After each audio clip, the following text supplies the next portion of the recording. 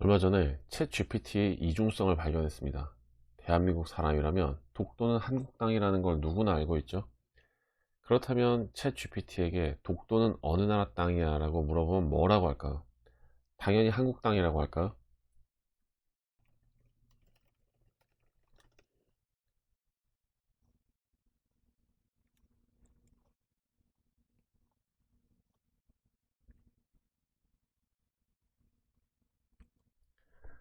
당연한 말이지만 한국 땅이라고 하네요.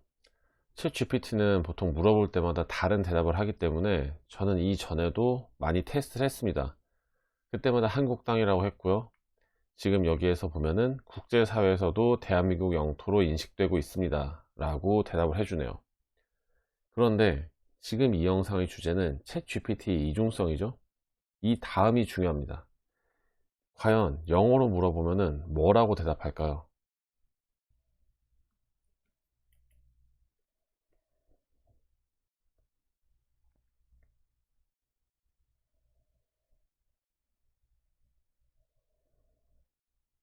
자, 답변이 돌아왔습니다. 이거를 번역기에 돌려볼게요.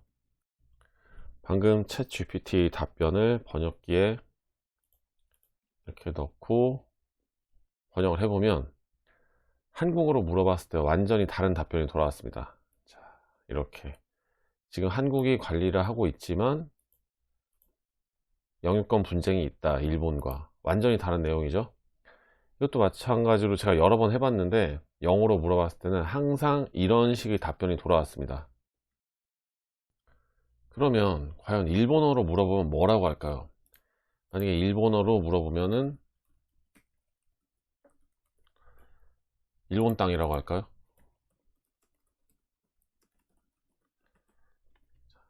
가 아니라 일본어로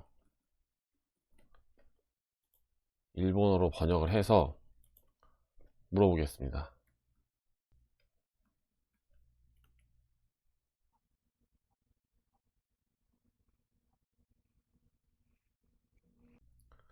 자, 답변이 돌아왔는데요. 저는 일본어를 전혀 모르기 때문에 복사를 해서 번역을 해 보겠습니다.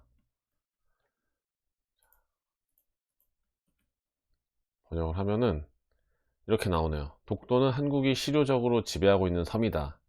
하지만 일본도 영유권을 주장하고 있다. 이런 식으로 나옵니다.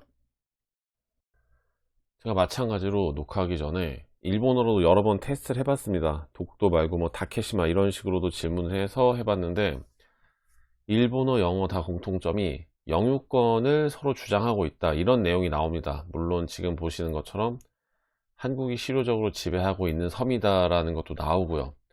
하지만 한국어로 물어봤을 때처럼 한국 영토다, 대한민국 영토다, 뭐 이렇게 명확하게 나오진 않아요. 자, 그래도 영어와 일본어로 물어봤을 때 이 답변 내용이 사실 한국 사람으로서 마음에 드는 건 아니죠.